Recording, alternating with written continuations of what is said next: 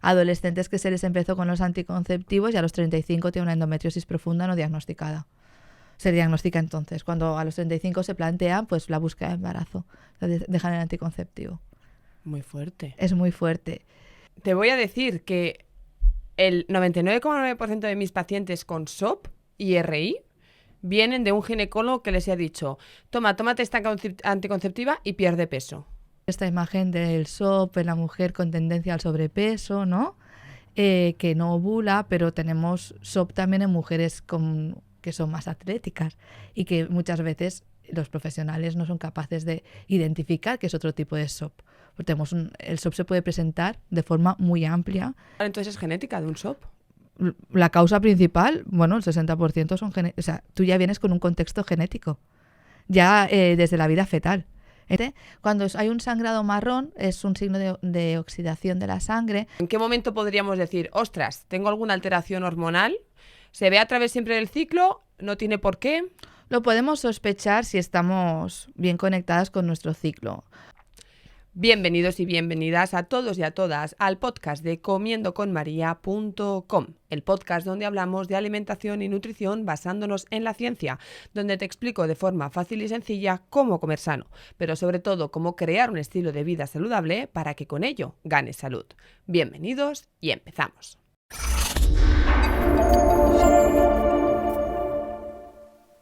Hoy estoy feliz de que por fin venga al podcast una ginecóloga que es libre de prejuicios en cuanto al peso y muchas otras cosas, como veremos. Ella es la doctora Laia Sánchez. Bienvenida, Laia.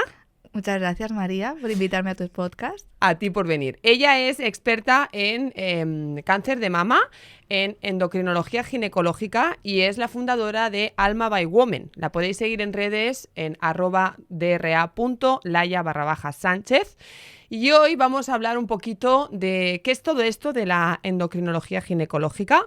También vamos a pasar por el SOP, que yo sé que muchas de vosotras sufrís SOP y tenéis muchas dudas que Laia nos va a resolver hoy. Y luego también pues un poquito sobre endometriosis, que también yo creo que es cada vez más común. Me parece a mí que se está como empezando a diagnosticar ya cada vez más y también hay muchas dudas al respecto. Así que bueno, vayamos por partes, empecemos.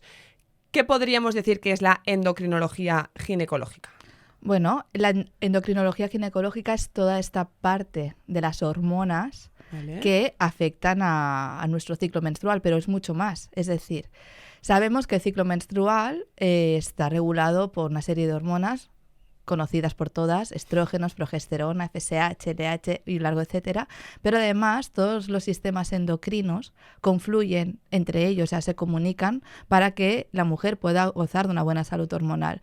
Entonces, la endocrinología ginecológica no es solo hablar del ciclo menstrual como tal, sino tener en cuenta pues cómo afecta el buen funcionamiento de la tiroides a este ciclo, cómo afecta pues que esta glándula suprarrenal segregue unos niveles adecuados y cuando toque de cortisol y otros andrógenos y no estemos constantemente en hiperalerta, ¿no? Y además todo esto, desde mi punto de vista, tiene que estar perfectamente coordinado en todos aquellos factores externos que influyen a nuestra salud hormonal en general. Cómo vivimos, ¿no?, cómo dormimos, cómo comemos, obviamente cómo gestionamos el estrés y todos los tóxicos a los que estamos expuestos. Claro. Todo ello forma parte de este equilibrio, esta homeostasis hormonal que se aborda en la endocrinología ginecológica. Entonces, alimentación fundamental para esa regulación hormonal. Básico. Y estilo de vida en general, podríamos decir, ¿no? Sí. Fíjate que tú nos hablas aquí de las hormonas, de que todo el mundo conoce estrógenos, progesterona, tal, pero ¿cuántas mujeres no conocen su ciclo? ¿Por qué crees que hay tantas mujeres que desconocen? No sé, lo más básico, ¿no? Iniciamos ciclo con el primer día de menstruación, de 5 a 7 días, ¿no? Fase folicular hasta la ovulación, fase lútea. O sea, me parece como bastante básico. ¿Por qué crees que hay muchas mujeres que no conocen? Bueno, yo creo que hay varios factores que influyen, ¿no? La primera es que desde dónde hemos aprendido a menstruar. Al final, en el colegio nos dan una clase, pero nuestros modelos, que son nuestras madres o abuelas, jóvenes, otras mujeres con las que convivimos, son nuestros modelos indirectos que nos han enseñado a menstruar. Si nuestras madres pues ya menstruaban y cada vez que tenían la regla pues se morían de dolor, iban a tope de ibuprofenos, otros analgésicos, verbalmente expresaban, ¿no?, pues el asco que era ser mujer o vaya drama, pues al final esto nos ha desconectado de nuestro ciclo y nos ha dado una connotación completamente negativa de lo que es menstrual y lo que es el ciclo menstrual como tal. Muchas veces, si vamos a pedir ayuda a un especialista, que habitualmente será el ginecólogo o las matronas, a nivel de atención primaria, preguntando sobre problemas, que sospechemos que tenemos problemas con nuestro ciclo, el mensaje que nos dan es muchas veces: esto es lo normal, y como mucho nos ofrecen algún método, algún tratamiento que lo que hace es paliar un síntoma o bloquear nuestro ciclo, pero no nos explican la importancia que es menstruar de forma saludable y que la menstruación es un signo vital. En el colegio la información que nos dan es muy por encima, pero es que incluso te diría que en la carrera de medicina, cuando te explican el ciclo menstrual en la asignatura de ginecología, es muy vaga la información. Entonces, al final, los profesores que están formando a estas personas que deben ser referentes en entender el ciclo menstrual, lo hacen desde una información muy básica. Nuestras madres pobres no tuvieron esa educación menstrual, y en los colegios tampoco nos llega la educación menstrual que merecen las niñas y los niños también, obviamente, ¿no? Sí, porque al final a mí, ¿sabes qué me da la sensación? Todavía mis hijos son muy pequeños, pero bueno, cuando hablas con otras, yo en este caso, ¿no?, con otras madres que tienen hijos más adolescentes y así, es como muy tabú. Sí. ¿No? Es como me tengo que esconder de que tengo la regla. Los niños no saben qué es la regla. O sea, yo, por ejemplo, a mis hijos, en alguna situación me han podido ver, ¿no?, como, pues, anímicamente diferente o más chafada, o directamente, ¿no? Ven que utilizo, pues, la higiene íntima. Y me preguntan, y es como, bueno, pues está bien que lo sepas, porque al final es verdad que se centra mucho sobre las niñas, pero los niños yo creo que también es importante que lo conozcan. Es básico, porque o los padres. Bueno, por supuesto. Hay una cosa que quiero hacer y nunca nadie me compra, que es hacer un taller de educación menstrual para padres. Cuando doy talleres de educación menstrual, vienen las madres con sus niñas adolescentes, pero casi no hay padres.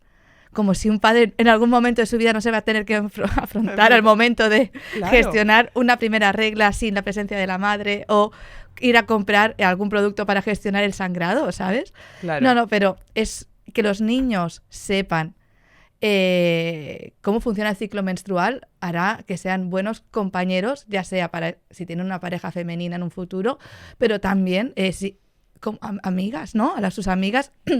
Perdón, que muchas veces, yo qué sé, pues lo típico, las adolescentes, que las primeras menstruaciones pueden manchar pantalones, no sé qué, ¿sabes? Ofrecer esa empatía de ayudar. Totalmente. Y no, al contrario, que muchas veces son como motivo de burla y se ríen de ellas por este momento que es como, o sea, que es fisiológico y es vital, ¿no? Hay que normalizar el ciclo menstrual, porque al final está en todas nosotras. Al final Exacto. Es algo ¿qué podríamos considerar un ciclo sano? ¿O en qué momento podríamos decir, ostras, tengo alguna alteración hormonal? ¿Se ve a través siempre del ciclo? ¿No tiene por qué? Lo podemos sospechar si estamos bien conectadas con nuestro ciclo. Uno de los parámetros es la regularidad del ciclo menstrual. Un ciclo menstrual regular es aquel que viene en la mujer ya que hace más de 3 años que menstrua, ¿vale? Y antes de llegar a la transición menopáusica, que viene cada 25, 35 días, ya sería un ciclo largo. A mí me gusta más hablar de 32, 33 días, ¿vale? Esto sería un ciclo menstrual que viene en un periodo regular, normal, y entonces cada mujer puede tener su propia variabilidad. Es decir, esto de que el ciclo menstrual normal es aquel que viene cada 28 días no tiene que ser así. O sea, yo puedo tener ciclos, mi regularidad puede ser cada 26 días o cada 30, pero que sean ciclos donde haya una ovulación, que esto es el hito más importante del ciclo menstrual. Un ciclo menstrual sano debe haber una ovulación. Y muchas veces menstruamos, sangramos, pero no es en el contexto de un ciclo anovulatorio. Entonces, ¿y cómo sabemos si estamos sangrando ovulación o no? Bueno, pues hay signos biológicos que nos informan. El moco cervical, el flujo, que también es otro gran tabú, ¿no? Va cambiando a lo largo del ciclo menstrual en función de las hormonas que son las protagonistas. En la primera fase del ciclo, que es la fase folicular, donde crece ese folículo que se prepara para estar maduro y que el ovocito acabe de madurar y se produzca la ovulación, van aumentando los estrógenos.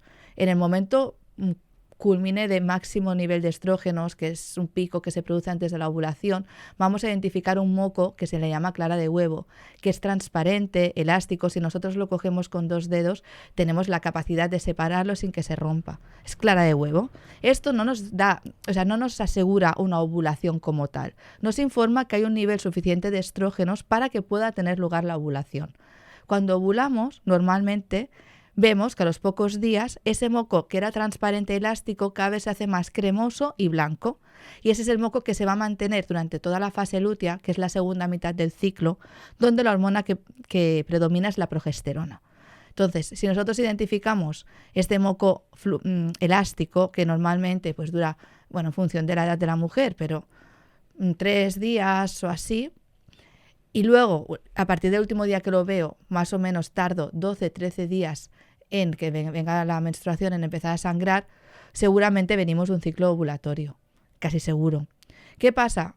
Por ejemplo, hablaremos de SOP, ¿no? Pues una de las características de las mujeres que tienen SOP es que tienen la capacidad de observar este flujo que hablamos de clara de huevo, estrogénico, en varias ocasiones del mes, ¿vale? Entonces es importante, no solo lo veo, sino veo cuando ya no lo veo y cuento cuántos días pasan hasta que menstruo. Porque si yo veo este flujo y a los 6 días empiezo a sangrar, seguramente vengo de un ciclo donde no he ovulado correctamente. O sea que ya no hay que fijarse solo en los días en los que sangro, sino en también el moco cervical. Sí, porque nos da mucha información. Claro. Y ya pues el nivel máster, o sea, el nivel pro es cuando las mujeres que usan también la temperatura corporal. Como cuando ovulamos se produce progesterona, y la progesterona, una de las propiedades que tiene esta hormona es de aumentar la temperatura corporal. ¿Como que tenemos más calor? No, como que tenemos medio grado más de temperatura. Si nosotras por la mañana, que es el momento del día cuando nos despertamos, que tenemos la temperatura más baja, nos la tomáramos a nivel axilar, sublingual o vaginal, veríamos que en la fase lútea hay una diferencia de hasta medio grado respecto a la primera fase del ciclo, a la fase folicular. Entonces, la combinación de cómo cambia el moco con el aumento de la temperatura, y que esta temperatura, en principio, se debería mantener elevada durante toda la fase lútea, hasta más o menos o 24 horas o el mismo día que viene la menstruación, que entonces, como bajan las hormonas, bajaría la temperatura. Pero esto forma parte con otros parámetros del conocido método sintotérmico, que es un instrumento de autoconocimiento del ciclo menstrual que se puede usar tanto para evitar el embarazo como para la búsqueda del embarazo. Entonces, claro, esto nos da mucha información sobre cuánto dura cada fase y nos permite identificar posibles trastornos del ciclo, ¿vale? Vale. Pero bueno, eso, el ciclo tiene que ser ovulatorio. Vale. Luego, no tiene que haber dolor, muy obviamente. Importante, porque esto es algo que a todas mis pacientes les digo. Yo siempre que hago la primera entrevista, el plan de acción, digamos, en la anamnesis, siempre recojo información sobre el ciclo. Menarquia, tipos de ciclo, duración del ciclo, periodicidad, días de menstruado, digamos, de sangrado, bueno, todo, ¿no? Y una de las preguntas es, ¿tienes dolor? ¿Requieres medicación cuando te viene la regla? Y hay gente que me dice, sí. Pero medicación, te hablo, no un ibuprofeno, un paracetamol, no, un Enantium o incluso Nolotil, y digo, wow, esto no es normal. Y entonces es como muy importante que, ¿no?, de voz de una ginecóloga entendamos que la regla no tiene que doler. No, puede ser molesta, sobre todo el primer día, las primeras horas, porque al final la menstruación, o sea, lo que se produce es un desprendimiento del endometrio gracias a una cascada de prostaglandinas, que son unas moléculas proinflamatorias. Esto es necesario que pase. Lo que pasa es que cuando hay muchas prostaglandinas o nuestro cuerpo no tiene la capacidad de resolver la inflamación de cualquier cascada inflamatoria, la segunda parte, que depende, se tienen que activar las resolvinas, que dependen del omega 3, y ahí metemos algo importante en nuestra alimentación, ¿no? Esta ratio omega 6, omega 3, que está descompensada en la mayoría de personas, sí.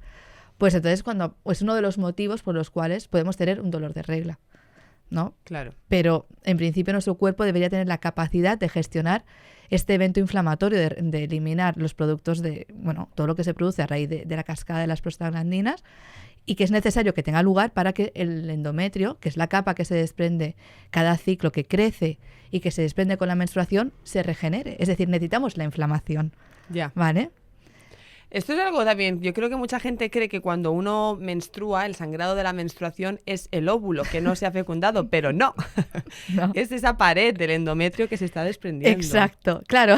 Es que esto me hace gracia, no me hace gracia, porque me dicen, ¿y el óvulo dónde va?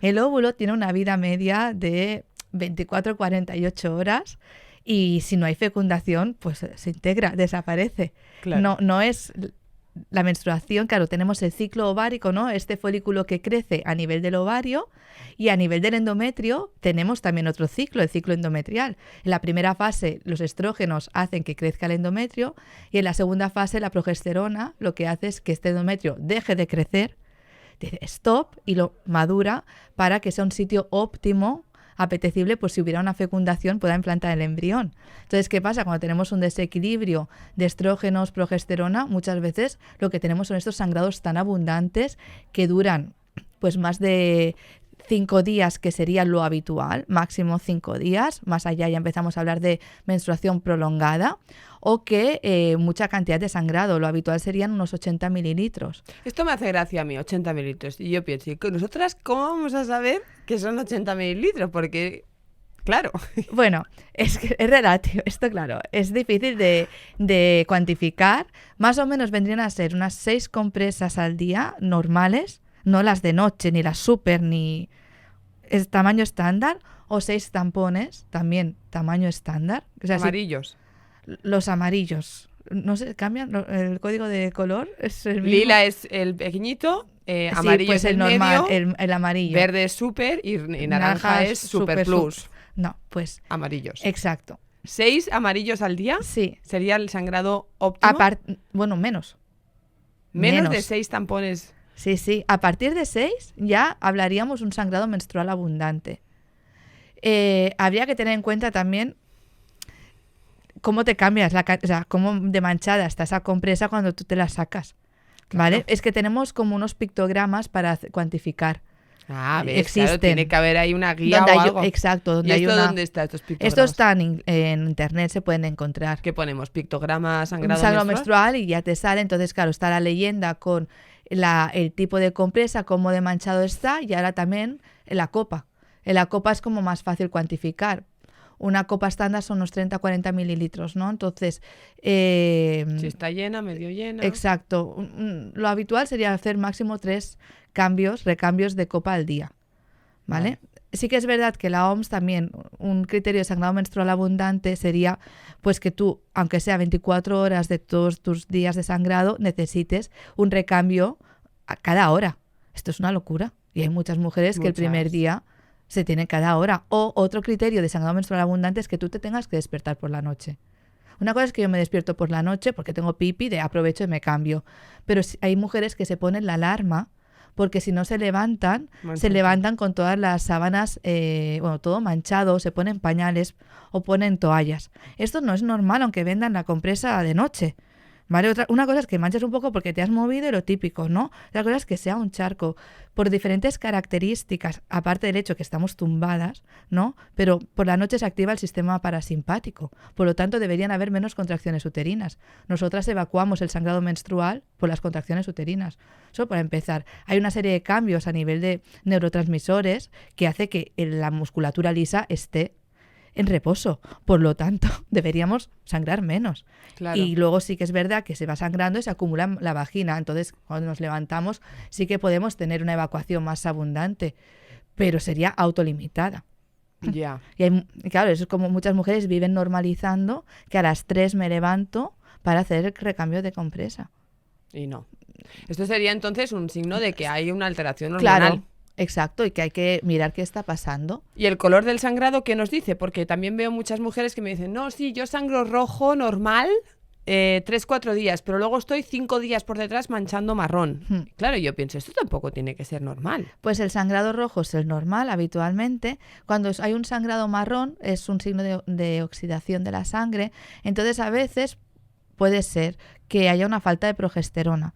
La progesterona ayuda a la evacuación del sangrado menstrual porque influye en las contracciones uterinas. Cuando nos falta progesterona, esta evacuación, estas contracciones uterinas puede ser que no sea tan óptima, entonces como que le cueste más a este endometrio evacuarse completamente y al final de la regla pues podemos estar mujeres están hasta una semana más manchando así marrón. Puede ser algo pues que no tenga más trascendencia, pero con otros parámetros del ciclo menstrual deberíamos valorar que no haya una falta de progesterona, que esto a veces también las mujeres lo sufren antes de que le venga el primer día de sangrado rojo. O sea, sí, también me lo han dicho. De casi pocos días después de ovular ya empiezan con el sangrado marrón y luego pueden estar como 5 o 6 días y luego ya empiezan a sangrar. Esto es otra señal de una posible falta de progesterona. Vale. Y luego un sangrado muy rosa, muy claro, a veces puede ser una falta de estrógenos.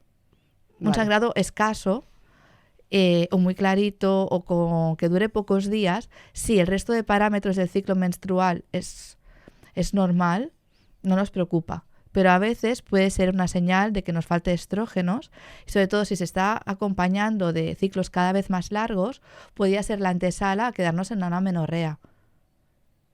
Entonces, la cantidad es importante tanto para mucho como para poco, el color también, y luego nos faltaría el síndrome premenstrual. El síndrome premenstrual tampoco es normal. Lo que hay es la molimia. La molimia es el conjunto de síntomas físicos y emocionales secundarios a este baile hormonal, principalmente entre los estrógenos y la progesterona, ¿vale? En cada fase del ciclo. Pues nos podemos encontrar que cuando nos venga la regla, falte poco para que venga la regla, nos apetezca más estar en casa, más recogidas. Cuando estamos ovulando estamos más a tope, podemos, yo qué sé, como hacer más proyectos, somos más eficientes en el trabajo. Si entrenamos, pues podemos coger más carga. Vale, estos son pues todos estos cambios gracias a los estrógenos y la progesterona. Pero si yo, antes de la regla, me tengo que cambiar de talla de sujetador porque los tengo súper hinchados, no me los pueden ni rozar, estoy más hinchada a nivel emocional, súper agresiva, que no soporto a mi marido, cosas así, ese es su problema.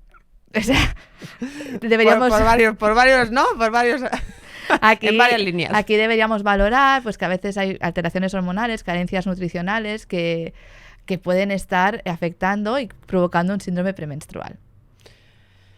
Bueno, pues yo creo que igual el síndrome premenstrual sí que está bastante más normalizado, ¿no? Totalmente. Como antes de la regla sí me pongo de mal humor o muy triste, lloro, un montón de apetencia de dulce, incluso hay gente que directamente hace atracones, esto ya va por otras, ¿no? Igual si hay restricción por ahí y demás, pero como más tendencia, ¿no? A la hiperfagia. Sí que es verdad que muchas me lo dicen y claro, yo... A ver, dentro de unos límites, ¿no? Pero sí que también tenía un poco quizá ese mito de que sí que me tengo que encontrar diferente o que sí que está justificado encontrarme diferente, pero veo que también como que hay un límite ahí. Claro, porque eso que te pase 48 o 72 horas antes de que te venga la regla podría ser completamente normal. La progesterona es una hormona con un impacto a nivel del sistema nervioso brutal. O sea, regula el sistema de la dopamina, ¿no? La recompensa, entonces es más fácil. Esa apetencia por el dulce, los atracones, pues está muy modulado por esta progesterona. Es serotoninérgica, la calma, la felicidad, GABA, ¿no? Esta es capacidad ansiolítica. Entonces esto, 48 horas, 72 horas antes del primer día de sangrado podría ser algo normal, ¿vale? Pero cuando ya están una semana, 10 días antes, esto ya es demasiado. Y hay mujeres que están toda la fase lútea con esta necesidad, ansiosas, que duermen mal y con esta necesidad de dulce.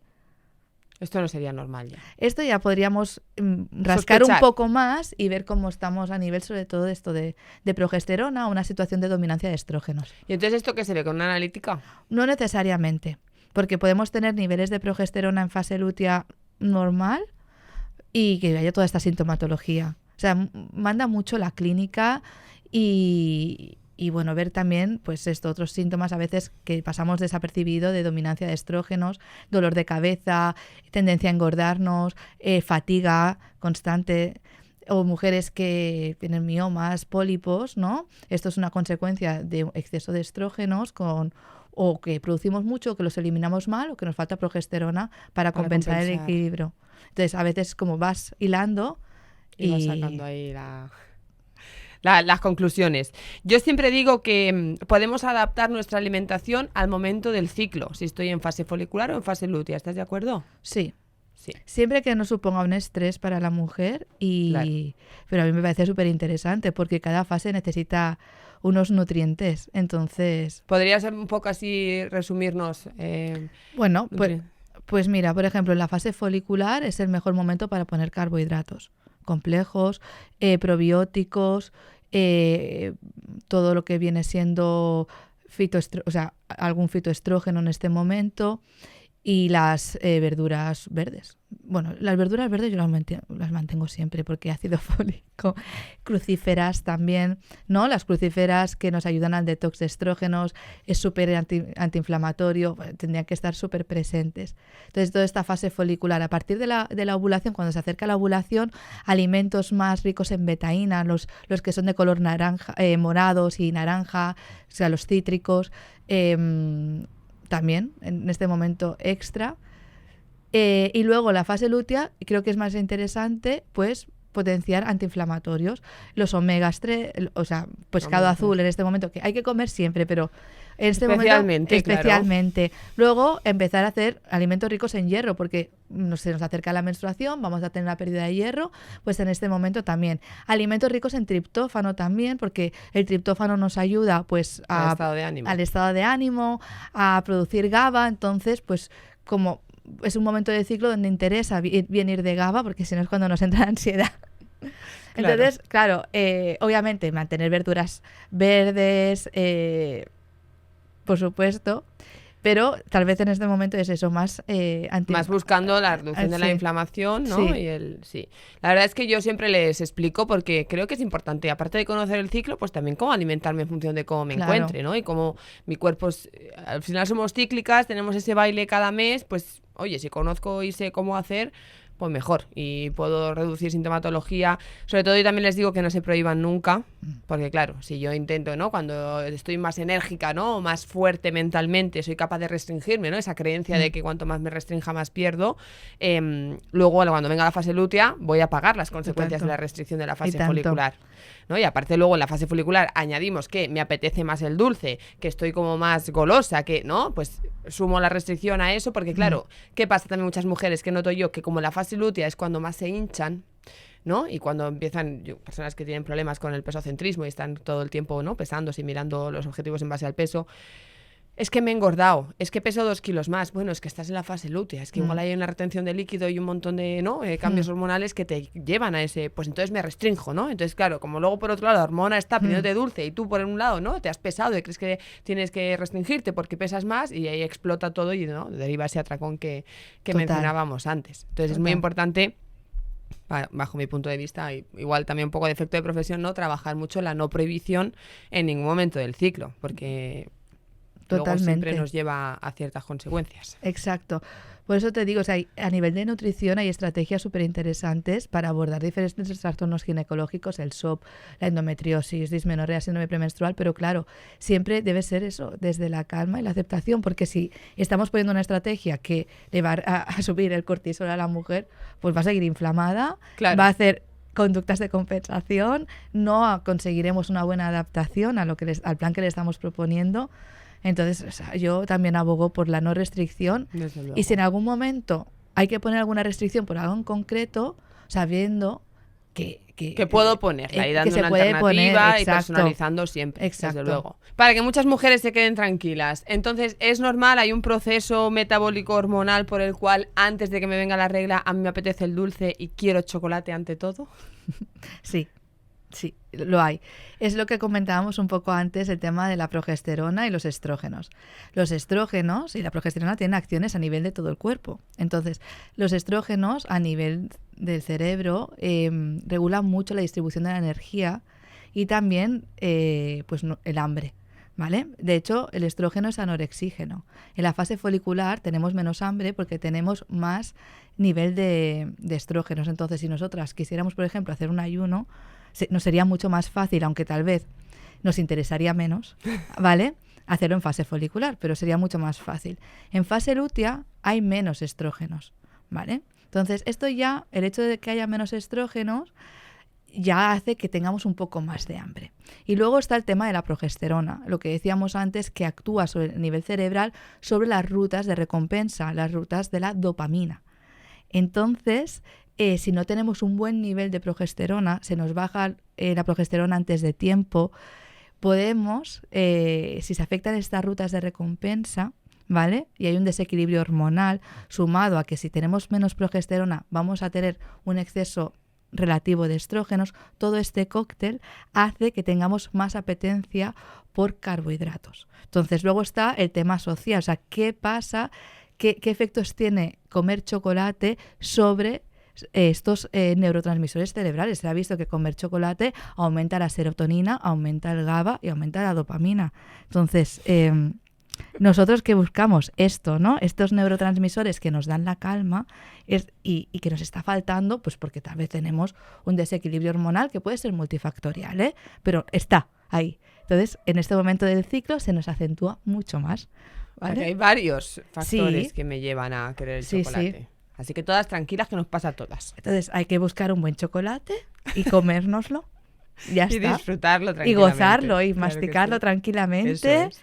Y ya está. Y ya. Sin culpa. Bueno, hemos mencionado por ahí más de una vez el SOP. Vamos entonces a hablar de SOP. Definamos qué es el SOP, síndrome de ovario poliquístico. Vale, pues es un trastorno endocrino, es uno de los más frecuentes de la mujer en edad reproductiva, ¿vale? Esto también no quiere decir que una vez se nos retira la regla no tengamos aún las consecuencias del síndrome ovario poliquístico, porque se mantienen, ¿vale? Y se relaciona, bueno, clásicamente se relaciona con un problema en la ovulación, pero va mucho más allá, tiene un impacto a nivel sistémico. Es un trastorno crónico inflamatorio y hormonodependiente que afecta más o menos al 20% de las mujeres. Un montón. Es un montón y yo creo que está un poco infradiagnosticado. Yo también.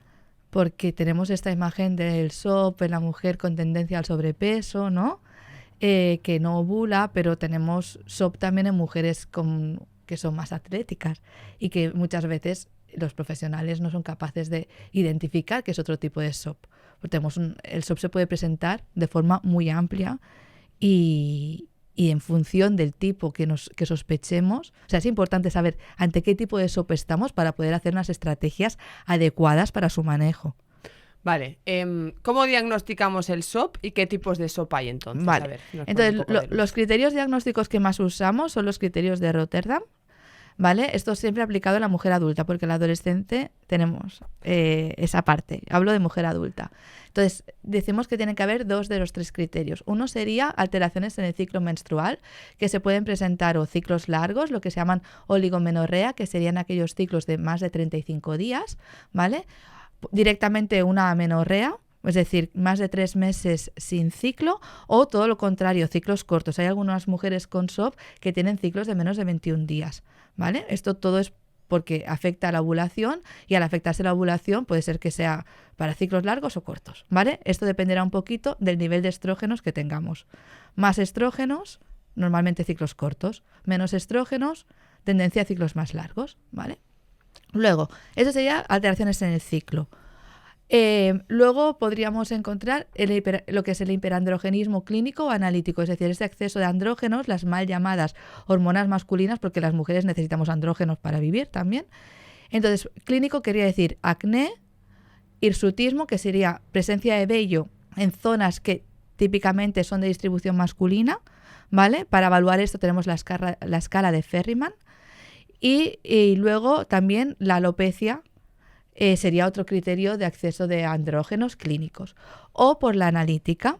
En la analítica que podíamos encontrar un aumento de los andrógenos ováricos, que principalmente sería la testosterona, ¿vale? O bien de sus precursores, androstenediona, o los andrógenos suprarrenales, que vendrían a ser DEAs, ¿vale? También muchas veces encontramos otras alteraciones analíticas hormonales que acompañan el SOP y que a mí me sirven para situarlo más hacia un SOP más metabólico o un SOP más adrenal. Niveles de cortisol elevados, niveles de prolactina elevados, esto que la tiroides también se puede afectar, todo esto pues que a veces se nos pasa así por desapercibido, nos ayuda a apoyar el diagnóstico, ¿vale? Y luego ecográficamente encontrar unos ovarios de morfología polimicroquística. Serían unos ovarios que habitualmente son más grandes de volumen y según los últimos criterios diagnósticos ecográficos tendríamos que encontrar más de 20 folículos. primordiales. ¿Qué pasa? En el SOP a veces lo que pasa es que no tenemos un problema de subfertilidad por baja reserva ovárica, sino todo lo contrario, tenemos un montón de estos folículos antrales que son los más inmaduros, los que cada ciclo se seleccionan unos cuantos y entre ellos compiten para que uno de ellos sea el que acabe madurando y acabe siendo el folículo ovulatorio, ¿no? Entonces tenemos, ecográficamente es muy característico ver un montón de estos pequeños folículos que miden menos de 10 milímetros y son los más inmaduros. Y deberíamos como hacer un contaje de unos 20 con las nuevas sondas ecográficas que son muy potentes. Entonces todo esto son los criterios que usamos. ¿Eso qué quiere decir? Si decimos que 2 de 3 tienen que estar presentes, habrá algunas mujeres que puedan tener un síndrome de ovario poliquístico donde no necesariamente tengan ecográficamente ovarios polimicroquísticos, o mujeres que tengan ciclos regulares pero que tengan hiperandrogenismo clínico o analítico y ovarios en ecografía polimicroquísticos, ¿sabes? Entonces, claro. Esto que nos da lugar a un montón de presentaciones clínicas súper amplias y variables del síndrome de ovario poliquístico. Entonces, dentro de este amplitud de espectro clínico, en los extremos nos encontraríamos pues el SOP más metabólico, que es aquel que hablamos, pues mujer con tendencia al sobrepeso o a la obesidad, ¿vale? Que la base sabemos que es una resistencia a la insulina, ¿vale? Son mujeres que ya nacen con alteraciones genéticas en genes, pues en el receptor de la insulina. Entonces, no sirve de nada a esta mujer dar un anticonceptivo, ¿vale? Y no tratarle la resistencia a la insulina que casi seguro que tiene. Y con tratar la resistencia a la insulina tampoco es la voy a poner a dieta, ¿vale? Qué interesante, porque te voy a decir que el 99,9% de mis pacientes con SOP y RI vienen de un ginecólogo que les ha dicho, tómate esta anticonceptiva y pierde peso. Y ahora justo tú estás diciendo que ni hay que ponerlas a dieta ni hay que darles anticonceptivos. O sea, imagínate cómo está el panorama. Claro, porque al final vienen nosotras en búsqueda de que alguien realmente me escuche, en base a que alguien realmente me dé una solución que no sea medicarme y que no sea ponerme a dieta, ¿no? Claro. Jolín, quiero, no sé, curarme, pero curarme a través de ganar salud, no de estar medicada. Claro, es que al final ella ha nacido con este contexto. O sea, tú dices que hay una predisposición genética. Sí. La hay en todos los tipos de SOP y luego cuando hablemos de endometriosis también. O sea, porque la causa principal entonces es genética de un SOP. La causa principal, bueno, el 60% son genéticos. O sea, tú ya vienes con un contexto genético, ya desde la vida fetal. Entonces luego, digamos, la epigenética, el exposoma, ¿no? Cómo has vivido hasta que has llegado a la pubertad y cómo has empezado a vivir los años después, ha hecho. Claro, porque te voy a decir más, muchas de ellas asumen la responsabilidad y culpa de tener SOP porque no son capaces de perder peso, porque tienen sobrepeso o porque es lo que le han dicho. Es que si no tuviera sobrepeso no tendría SOP. Entonces, ya como que echan a llorar en plan, es que la culpa es mía, ¿no? Se sienten como totalmente responsables de tener SOP porque creen que si hubieran hecho la dieta bien y hubieran perdido el peso, no tendrían el SOP. Y es como, wow, pues aquí hay un montón que trabajar, ya no solo a nivel hormonal dietético, sino a nivel psicológico, claro. Porque fíjate, ¿no? Todo el contexto que te trae la persona. Es que, bueno, a mí me chirría tanto estos discursos. La cosa es que no tenemos que ponerlas a dieta. Tenemos que enseñarles a vivir con el SOP. Claro. Y que luego yo creo que al final, vale, igual, yo no soy ginecóloga y no lo sé, vale, igual hay casos en los que sí, necesitas una anticonceptiva, pero ¿y si esa mujer me viene a mí con 23 años y a los 27 quiere ser madre? Pues será mucho más complejo, entiendo, ¿no? Si llevo 6 años medicada con un anticonceptivo, luego va a ser como más difícil. ¿Por qué no ponemos remedio, ¿no? A los 23 y evitamos esa... Claro, eso requeriría una formación por el profesional médico que muchas veces no tienen. Claro. Y sacarlos de la zona de confort y la enseñanza que se ha dado pues cuando se estaban formando. O sea, el único objetivo de ponerle a una mujer con síndrome de ovario poliquístico un anticonceptivo es, sobre todo un anticonceptivo, en un contexto de sobrepeso o obesidad, porque a ver, esto ahora lo hablaremos, habrá que hacer un cambio en la composición corporal, pero no a base de una dieta hipocalórica. ¿Vale? Hay otras estrategias más interesantes, pero es porque se da por hecho que esta mujer no está ovulando, con el anticonceptivo tampoco va a ovular porque son anovulatorios, entonces es imposible que recupere ciclos ni nada por el estilo, pero disminuye el riesgo. O sea, una de las cosas temibles del síndrome ovario poliquístico, sobre todo este más con resistencia a la insulina, es el riesgo de hacer un cáncer de endometrio en un futuro. Si tú eres una mujer con sobrepeso, seguramente, no digo seguramente y no en todos los casos, tendrá un exceso de estrógenos, ¿vale?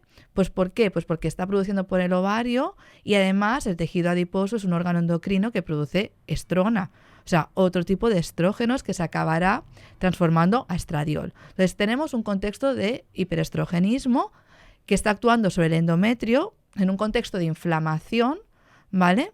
Y además no tenemos, si no ovula o no ovula correctamente, no tenemos suficiente progesterona que haga esta acción de stop sobre este endometrio. Entonces, esto lo que conlleva al final es que lo que estamos viendo es que mujeres pues muy jóvenes están teniendo problemas de trastornos proliferativos a nivel del endometrio, hiperplasias endometriales, que esto es como la antesala a poder tener un cáncer de endometrio. Entonces, lo único que hace el anticonceptivo es, bueno, no vas a producir esta fuente de estrógenos ovárico, no la voy a tener.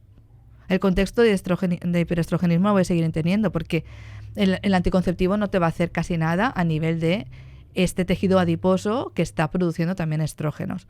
Y por eso se pone el anticonceptivo. Y luego el problema que yo le veo es que si una mujer que viene con ciclos irregulares, que está preocupada porque no tiene ciclos regulares y sabe que le han dicho que tiene que tener ciclos regulares, va pidiendo ayuda y le pone este anticonceptivo, ella va a sangrar cada mes. Seguramente. Claro. Entonces ya va a tener una falsa sensación de que está todo bajo control. Claro. Y inconscientemente yo veo que si ellas entienden que el ciclo menstrual es un signo vital y con todas las intervenciones que van haciendo poco a poco van regulando esto, eso es una satisfacción brutal y es un mecanismo de recompensa para seguir por este camino, porque al final SOP van a tener toda la vida. ¿No tiene cura el SOP? A día de hoy no, porque es una condición de salud. O sea, entonces, ¿qué pasa?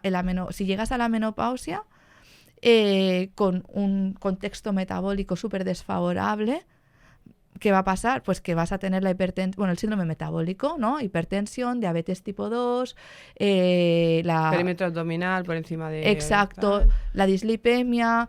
Obviamente, todo esto. Por eso es importante en edades súper tempranas informar bien de, bueno, esto, tranquila. O sea, ¿qué preocupa a la mujer no quedarse embarazada? Se van a poder quedar embarazadas, seguro, ¿vale? Pero explicar todo lo que conlleva esto para cuidarse bien es una medida preventiva, pues para luego ya no síndrome metabólico, el riesgo aumentado de cánceres hormonodependientes, tanto de mama como de endometrio. Claro. Esto también es importante porque muchas vienen de... El ginecólogo me puso la pastilla, la quiero dejar porque me quiero quedar embarazada. Y muchas vienen con esa creencia, como tengo SOP, no me voy a quedar embarazada. Y es como, no tiene nada que ver. O sea, igual sí, hay una dificultad, no lo sé, tú nos lo dirás, pero que yo tenga SOP no implica que no vaya a poder ser madre nunca en mi vida. No. Pero hay que tratar el contexto. Es decir, está claro que si tienes un SOP y no estás ovulando, si no ovulas no te puedes quedar embarazada, pero esto no es una infertilidad, esto es una subfertilidad, porque tú no te quedas embarazada. O sea, no estás no ovulando porque tengas un fallo ovárico, ¿vale? Estás no ovulando pues porque tienes un trastorno endocrino que está haciendo que no ovules. Hay que tratar eso correctamente. Sí que es cierto que uno de los problemas de subfertilidad es que hay una baja calidad ovocitaria en estas mujeres, porque hay un problema en cómo maduran estos ovocitos, estos folículos, por este trastorno hormonal que existe, pero es que esto se puede tratar con estilo de vida, con cierta suplementación, seguro. Y es importante tratarlo antes de buscar el embarazo, porque muchas mujeres hacen esto. Me dejo la anticonceptiva, porque eso es como... Bueno, me quiero quedar embarazada, dejo la anticonceptiva y ya se ponen a buscar embarazo. ¿Y cómo está este contexto metabólico? ¿Cómo vienen? Pues muchas veces mal. Y entonces, sí, la mayoría, si son jóvenes, se quedan embarazadas en súper poco tiempo porque se quedan embarazadas, pero luego este embarazo se acompaña de diabetes gestacional, macrosoma, o sea, algunas complicaciones obstétricas, ostras. Que podíamos evitar. Que podíamos evitar y luego está condicionando la salud de este bebé. Sabemos que los hijos de madres con SOP no bien controladas aumentan riesgo de obesidad infantil, diabetes en un futuro, síndrome metabólico y otros trastornos de salud. Entonces, es importante. Claro. Es que es un trabajo que yo creo que es muy importante como profesionales de la salud, como ginecólogos, transmitir esta idea, no banalizarla. No todo es que ovules y te quedes embarazada. Es Ya, que, ¿cómo está esta casa donde va a crecer este bebé? Claro, totalmente. Pero al final es como, sí, lo que tú dices. Ya está, toma, eres fértil, da luz.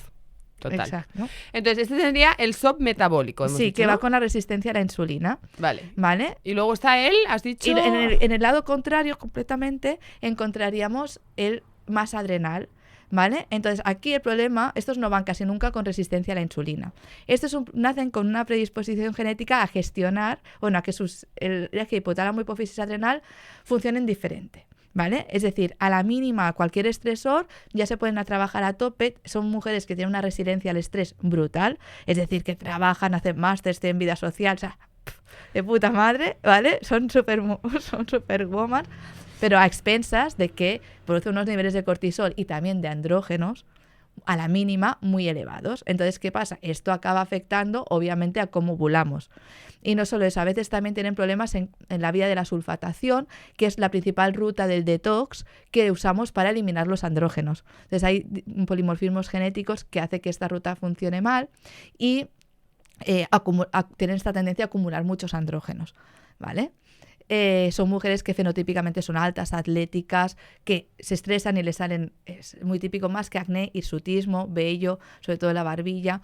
Y como tienen esta situación de hiperactividad del eje adrenal, en algunas ocasiones es fácil que ellas se les solape una menorrea hipotalámica a este cuadro de síndrome ovario poliquístico adrenal, ¿vale? Entonces, es como que el cuerpo identifica que está en peligro, hay baja disponibilidad energética y se interrumpe el ciclo, pero desde el primer interruptor, que es el hipotálamo. Y se tratan diferentes completamente. Te voy a decir, ¿cómo diagnosticamos uno y otro y cómo tratamos uno y otro? O sea, los criterios vendrán a ser los mismos, los criterios diagnósticos como tal. Pasa que sí que es verdad, pues no mirando a la paciente. O sea, fenotípicamente son mujeres muy diferentes, ¿vale? Una irá con sobrepeso, obesidad, casi seguro, y la otra no, al contrario, tendencia a la delgadez, ¿vale? No de trastorno de la conducta alimentaria, no son atléticas porque también tienen más facilidad para formar músculo por todo este contexto metabólico con el que han nacido, ¿vale? Y luego, ¿cómo tratamos? Es estilo de vida. En el adrenal hay que poner mucho foco en la gestión del estrés. Le tienes que recetar casi que se siente en el sofá, ¿vale? Porque es que aparte lo hacen todo perfecto, son personalidades así como muy cuadriculadas, organizadas, todo. Pues las agendas hay que reducirlas, ¿vale? Y poner mucho foco en todo lo que sean intervenciones, en gestionar el estrés, el relax. Pueden mantener actividad física, no hay que recetar sedentarismo ni mucho menos, pero tal vez revisar que si está haciendo X ejercicio esté aportando todos los nutrientes que necesita. Claro. ¿Vale? Porque a veces alguien le ha dicho que tengo síndrome ovario poliquístico y se ha quitado los carbohidratos a esta mujer. Pues no, en tu caso no nos interesa, ¿vale? Entonces es un poco lo mismo, pero las intervenciones que van a hacer diferentes. Luego nos podemos apoyar de algún adaptógeno o algún suplemento que nos ayude, pues si sospechamos que la sulfatación puede ir mal, y esto lo podemos sospechar preguntando por sus digestiones muchas veces, porque son mujeres que tienen bastantes problemas de SIBOs, de dolores articulares, pues síntomas de que esta ruta no acaba de ir bien, pues apoyamos esta ruta con suplementación, alimentación, X, ¿vale? Y luego todo el tema de los inositoles, por ejemplo, que está en el SOP es muy, pues se usa mucho y es como de los suplementos más conocidos. El mioinositol en estas mujeres también es un recurso muy bueno, pero yo opto mucho inositol y adaptógenos, pues para mantener esta... ¿Adaptógenos como cuáles? Adaptógenos que podría ser de combinación de micoterapia, reishi, magnesio, rodiola, es decir, a veces es como un mix, ¿vale? Que les ayude. ¿Y la ashwagandha, que me preguntan mucho? La ashwagandha también es una buena opción. Bien. Sí. Vale. Y yo siempre me apoyo de nutricionistas para asegurarnos que estén aportando todo lo que necesitan. Okay. ¿Vale? Muy importante. ¿Y en el otro lado? En el otro lado, entonces, muchas veces hay que ayudar a que inicien una actividad física que muchas ocasiones no están haciendo, entonces que a esta mujer no le puedes pedir que se vaya al gimnasio, porque tienen problemas de autoestima. Claro. Y no se van al gimnasio. Entonces, o sea, ahí sí que hay que más trabajar un poco, poner el foco en el sobrepeso o la posible obesidad que traigan, teniendo en cuenta la complejidad de lo que es el manejo de la obesidad, porque al final, claro, a nivel psicológico, a nivel dietético, a nivel de ejercicio físico, Hay que tratar la resistencia a la insulina y esto, la intervención será ganar músculo. Claro. Perder tejido adiposo y ganar músculo. Entonces, claro que puedes poner desde berberinas, cromo, combinación de inositores que también ayudan obviamente a la resistencia a la insulina, como metformina, pero es que al final es un parche. O sea, esta mujer tiene que poder controlar esta situación. Entonces, hay que enseñarlas a vivir bien es feo. Es más decir, encontrar el estilo de vida que mejor se adapta a su condición y que le permita, en un principio, tal vez sí que hay que ponerse más estricta, pero que luego se puede fluir. Y ese 80-20, pero que la tendencia sea que se mantenga activa, que haga su ejercicio de fuerza. Bueno, pues tal vez al principio sí que hay que poner algunas intervenciones dietéticas, no tanto en hipocalórico, sino pues esto, tal vez a esta mujer... Calidad dietética, exacto, yo siempre les digo. Enseñarles al a final, comer. Es verdad lo que tú decías antes, ¿no? Como que está la creencia de que si tengo SOP me tengo que quitar los hidratos, ¿no? Y todas vienen sin hidratos. Y es como, no, tienes que elegir bien los hidratos. Tienes que optar por fuentes saludables, de legumbres, de tubérculos, de granos integrales, ¿no? Pasta, arroz, lo que sea, en la versión integral, y reducir pues todo lo que es refresco, bollería, ¿no? Ultraprocesados, etc. Que tampoco es no comerlos, porque yo siempre les digo, no es que no los puedas comer, es que no tienen que estar en tu patrón diario. Exacto. Y la fuente de carbohidratos que elijas tiene que ser una fuente más saludable. Pero esto, como el ginecólogo les ha dicho no comas hidratos, como que me cuesta, ¿no? Les cuesta un poco ya ves que el médico me ha dicho que, ya bueno, pues el médico a las hormonas o al ciclo y yo a la nutrición. Entonces, primero como nosotras nos tenemos que romper esta barrera de la palabra del médico vale más que la nuestra, ¿no? Y hacerlas creer que realmente, es que, te digo más, pierden más comiendo hidratos que sin comerlos. Sí. Porque al final, toda la ansiedad que se les genera, todo el ruido mental, la falta de energía, al final... Es que no puedes, y depende de dónde venga cada mujer. Porque habrá algunas que ya comen saludable y aún así se resisten, bueno, pero es que si tú estás partiendo de que como bollería, como ultraprocesados tal, no puedes pasar de 0 a 100. Por supuesto. Es que es inviable. ¿Y qué opinión te merece? Porque ¿qué me estoy encontrando? ¿Qué nos estamos encontrando nosotras en consulta? Que el ginecólogo ha empezado a pautar las GLP-1.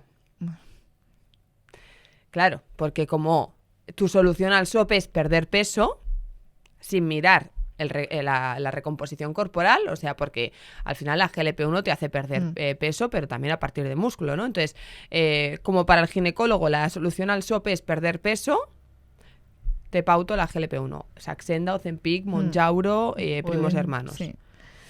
Bueno, es otro parche más, desde mi punto de vista, y el efecto rebote. Ahí vamos. Claro que te pierdes peso, y te quita el hambre. Claro, y la educación nutricional que no recibes. ¿Va a estar recibes? toda la vida con el GLP-1? Pregunto, no sé, es que es algo que a mí me genera como muchas preguntas y muchos conflictos internos. Hace poco vino Andrea Ciudín y dijo que realmente ese fármaco está diseñado para que sea crónico, que no lo puedes usar como estrategia 5 meses para que pierdas peso y luego te lo quito, que eso es una locura. Eso es como si de repente te doy insulina 5 meses y luego te la quito. O sea, una barbaridad así, ¿sabes? Y entonces es como, bueno, recibe al paciente... Escúchalo, que muchas veces viene sin haberse sentido escuchado. Gestiona toda la parte, ¿no? Psicológica, en la medida de lo posible, si no, pues evidentemente derivación. Y luego haz la intervención, o sea, como mucho más complejo. Me parece como mucho más común, no sé si tú también lo ves así, el SOP metabólico que el SOP del otro tipo. Y también, al final, la intervención es más compleja. Exacto. Está mucho más diagnosticado el SOP metabólico y también tiene sentido porque el otro sí que lo veo con un componente más genético, ¿vale? Y que sí que es genético, pero también es el estilo de vida. O sea, si tú ya naces con esa predisposición genética, a la mínima, tal como vivimos a día de hoy, es fácil que debute. Entonces, ya, por el estilo de vida. Exacto. Claro. Y es muy frecuente, o sea, es muy, muy frecuente. Y esto es complejo porque hay que hacer un apoyo con muy varios estrecho profesionales, y multidisciplinar, y esto a nivel de la sanidad pública es una utopía. Son mujeres que están muy abandonadas. Totalmente. Entonces, el abordaje en el SOP más metabólico que suele cursar con sobrepeso, obesidad y resistencia a la insulina sería intervención en el estilo de vida, apoyo psicológico. Sí. Y luego, en cuanto a suplementación, hemos dicho inositol. Los inositoles. ¿Cuál sería la mejor dosis de inositol? Porque está el mío y el Kiro, ¿o Crio? Sí, Kiro. Y no sé si yo siempre pauto ambos. En este contexto, sí. Cuando hay resistencia a la insulina, sí que yo también doy mioinositol y Kiro. En la dosis que tenemos comercializada en España, que es 1,10, es decir, 4 gramos de mioinositol y que sean 40 miligramos de Chiro.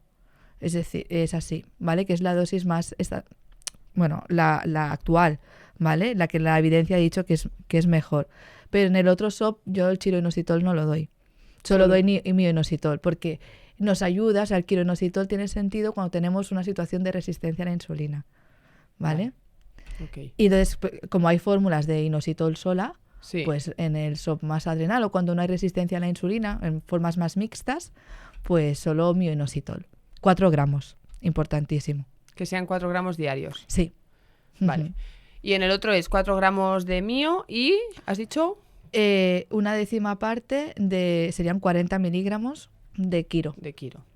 Sí. Vale. Y luego a valorar, por ejemplo, en estas mujeres yo miro mucho vitamina D, ¿vale? En algunos casos, si tenemos pues estos sangrados abundantes que acompañan a esta situación de exceso de estrógenos, pues hay que modular la aromatasa, esta enzima que produce estrógenos, ¿no? Entonces, la del ovario no la podemos modular con el estilo de vida, pero sí la periférica, la del tejido adiposo. El ejercicio físico, la alimentación nos ayudan. Entonces tenemos algunos suplementos que también nos pueden ayudar a modular esta aromatasa.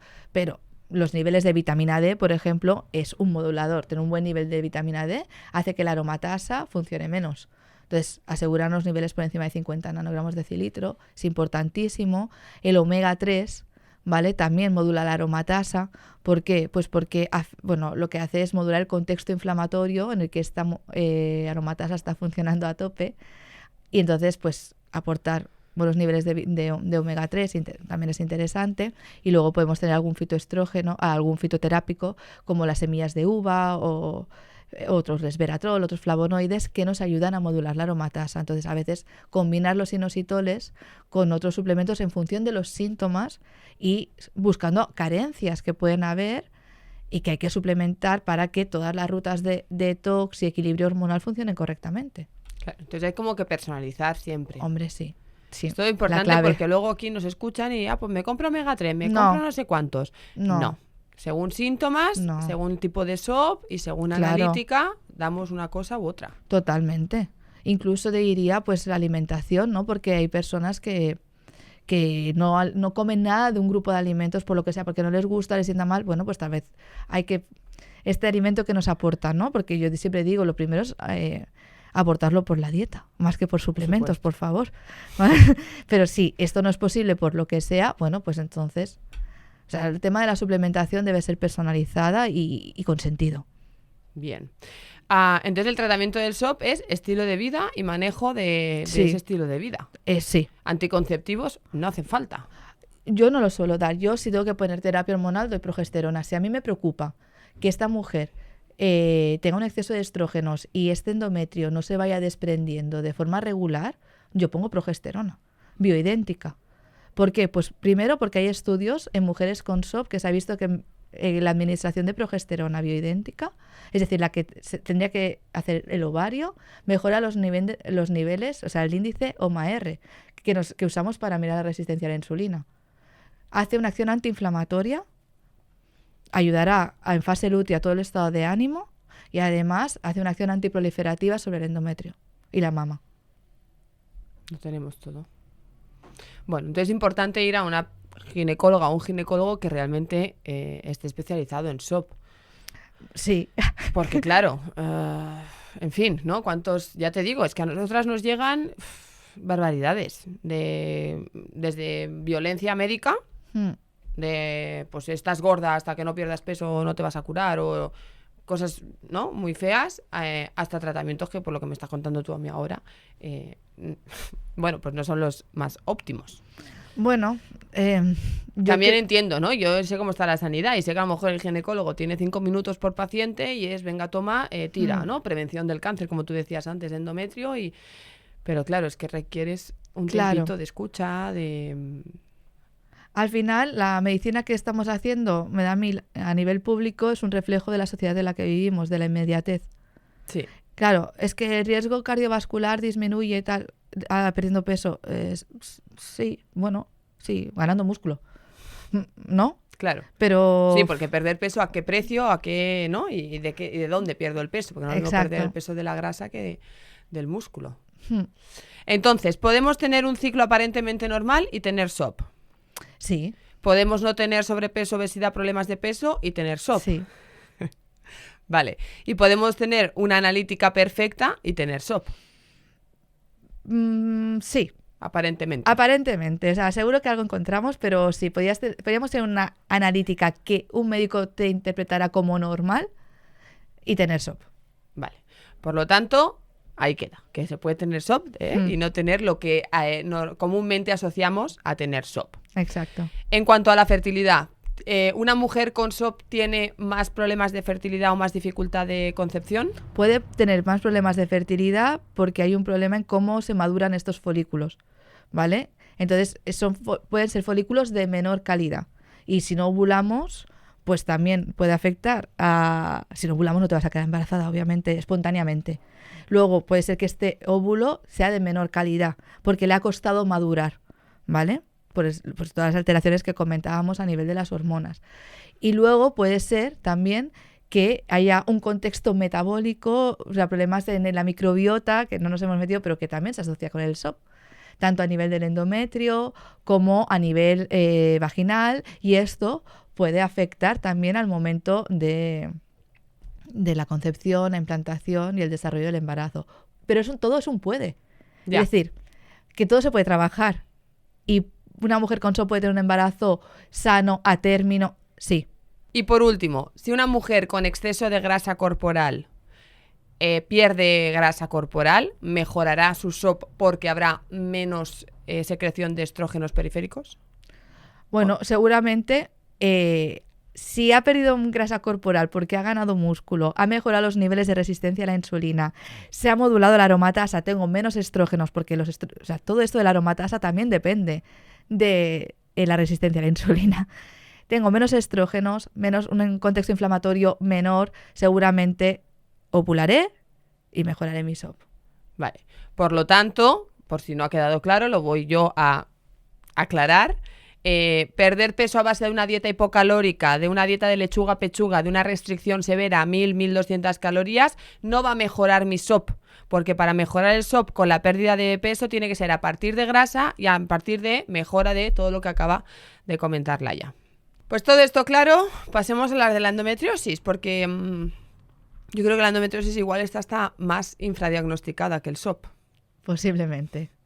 ¿Qué es la endometriosis? Y si hay tipos también, pues aclararnos un poco. La endometriosis es otro tipo de enfermedad ginecológica, también es hormonodependiente, es inflamatoria y afecta, aunque sea ginecológica, acaba afectando a todo el cuerpo, es de un impacto sistémico. Es muy característico en la endometriosis este dolor de regla que ya empieza prácticamente desde tu primera menstruación, que no responde a los tratamientos habituales que te dan de analgésicos, anticonceptivos, que se acompaña en muchas ocasiones de sangrado menstrual abundante. Cuando va evolucionando con los años, ese dolor menstrual ya también está todo el ciclo, ya son con la ovulación, ya es en fase lútea, es decir, ya no sigue una ciclicidad, es un dolor constante pélvico que empeora con la menstruación. Puede acompañarse de dolor con la penetración, con las relaciones sexuales, dolor al defecar y al orinar con la menstruación. Fuera de lo que viene siendo síntomas ginecológicos, puede ir con fatiga crónica, un cansancio extremo, migrañas, esto es muy característico en la adolescencia, dolor de regla desde la menarquia, con sangrado abundante y migraña, ojo. Muchos problemas digestivos, porque claro, ahora ya hablamos mucho de la microbiota para todo, ¿no? Pero muchas veces las mujeres con endometriosis serán diagnosticadas como una celiaquía, porque bueno, en muchas ocasiones coexisten, son celíacas y con endometriosis, SIBOS, que sí, pero que era una endometriosis también. Entonces, hay un problema en la microbiota que no se sabe muy bien si es como causa, o sea, que es uno de los mecanismos implicados en el desarrollo de la endometriosis, o es consecuencia de todo este contexto de inflamación y desequilibrio hormonal. Además, puede ir asociado a muchos trastornos, fibromialgia, cistitis intersticial, aumento del riesgo de enfermedades autoinmunes. Bueno, montón. Un montón. Si no tratamos bien la endometriosis, el impacto en la calidad de vida de las mujeres es brutal, porque es que son mujeres que pueden acabar haciendo síndromes de sensibilización central al dolor, estar con dolores crónicos, invalidantes, a unas edades mega tempranas, con 30 y pico años, 40 y pocos, ¿eh? O sea, es dramático. Y debuta en la adolescencia, que esto es algo también que a mí me habían dicho cuando me formaba, no, la endometriosis de la adolescente es una cosa como anecdótica. Y no, o sea, a partir de los 21 años la probabilidad de debutar la endometriosis disminuye. Lo que pasa es que tardamos entre 8 y 10 años en hacer el diagnóstico. ¿Por qué? Porque se ha normalizado que la regla duele. Y que tú des un anticonceptivo a una mujer que tiene dolor de regla, así, sin hacer una analítica, sin hacer absolutamente nada, sin investigar un poco más, le pones el anticonceptivo, te olvidas de ella. Y esta mujer sigue teniendo dolores.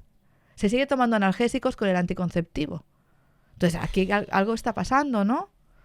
Si todo fuera que tengo un dolor de regla, teóricamente bloqueo el ciclo y ya está, pero es que es más complejo. ¿Y cuántas debes enmascarar? Porque si voy por dolor de regla, de anticonceptivo, se me va el dolor, era dolor de regla y ahí hay una endometriosis enmascarada. Hay estudios que lo han observado, obviamente, adolescentes que se les empezó con los anticonceptivos y a los 35 tienen una endometriosis profunda no diagnosticada. Se diagnostica entonces, cuando a los 35 se plantea pues la búsqueda de embarazo, dejan el anticonceptivo. Muy fuerte. Es muy fuerte.